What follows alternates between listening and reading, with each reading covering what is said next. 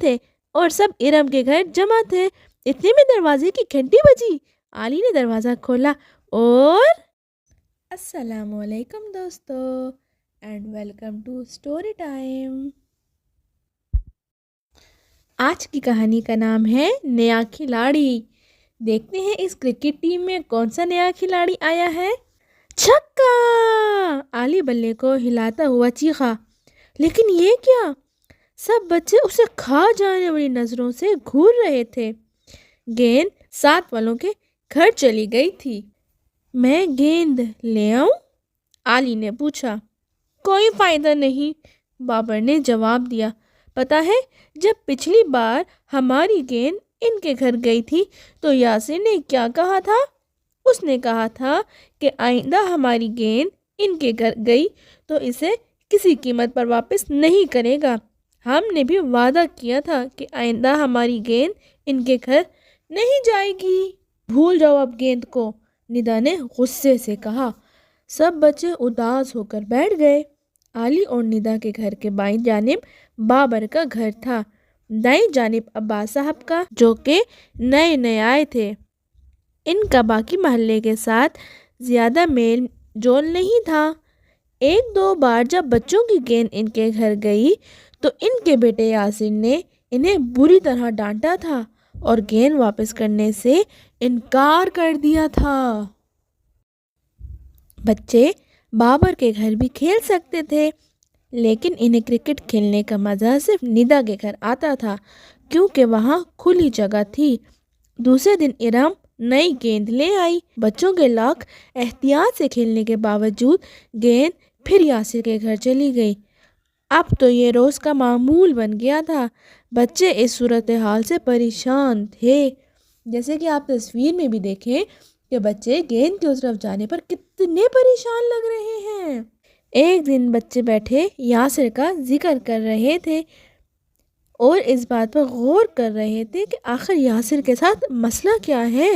بچوں کو فکر مند بیٹھا دیکھ کر ندا کی امی ان کے قریب آ کر بیٹھی اور ان کی پریشانی کی وجہ پوچھی۔ بچوں نے سارا حال کہہ سنایا۔ یہ دیکھیں، علی اور ندا کی امی ان کی بات سن رہی ہیں۔ امی نے پوچھا، کیا تم لوگوں نے اس کے ساتھ دوستی کرنے کی کوشش کی؟ وہ بہت بد مزاج ہے، اس کے ساتھ کوئی دوستی کرے گا؟ علی نے کہا۔ نہیں بیٹا، ایسا نہیں کہتے۔ امی نے بچوں کو سمجھایا۔ تم لوگ کوشش کر کے تو دیکھو، شاید اس کی کوئی وجہ ہو۔ خالہ جان، وہ کسی سے ٹھیک سے بات تک تو کرتا نہیں، دروازہ تک نہیں کھولتا، کھڑکی سے ہی بات کرتا ہے، عادل نے امی کو بتایا۔ بچوں، میرا خیال ہے کہ تم ایک بار پھر کوشش کرو، امی نے کہا۔ دوسرے دن سب بچے یاسر سے دوستی کرنے گئے، اسے کرکٹ کھیلنے کی دعوت دی، مگر یاسر نے دروازہ نہ کھولا، کھڑکی سے ہی انہیں منع کر دیا۔ بچے اپنا سب منہ لے کر واپس آ گئے۔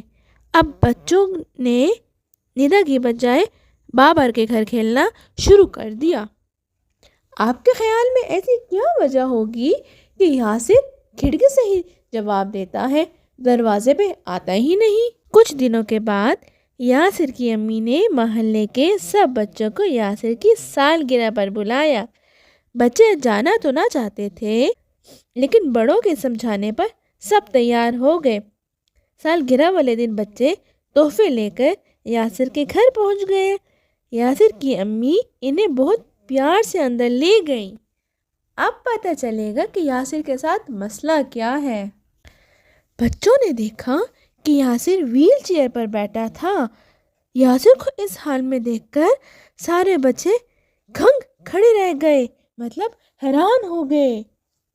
آخر علی آگے بڑھا اور یاسر کی طرف ہاتھ بڑھاتے ہوئے اس کو سالگرہ کی مبارکباد دی۔ باقی بچوں نے بھی یہی کیا۔ یاسر کا رویہ آج بھی سرد تھا، لیکن اس نے ایسی کوئی حرکت نہیں کی جو بچوں کو بری لگتی۔ بچے بھی یاسر سے بات کرنے کی کوشش کر رہے تھے اور یہ ظاہر کر رہے تھے کہ یاسر بھی انہی کی طرح ہے، یعنی کہ یاسر کو یہ بات فیل نہ ہو کہ اگر یاسر چل نہیں سکتا اور ہم چل سکتے ہیں، یاسر اس بات پر زیادہ خفا نہ ہو۔ تقریب ختم ہوئی، بچے اجازت لے کر باہر نکلے تو دروازے پر یاسر کی امی نے انہیں شکریہ کے تحفے دیے اور کہا، بچوں یاسر کے رویے کا برا نہ ماننا، اس کی کمزوری نے اسے چڑچڑا کر دیا ہے، اسے تم سب کی ضرورت ہے تاکہ وہ ایک عام بچے کی طرح زندگی گزار سکے، اپنی اس کمزوری کو قبول کر لے۔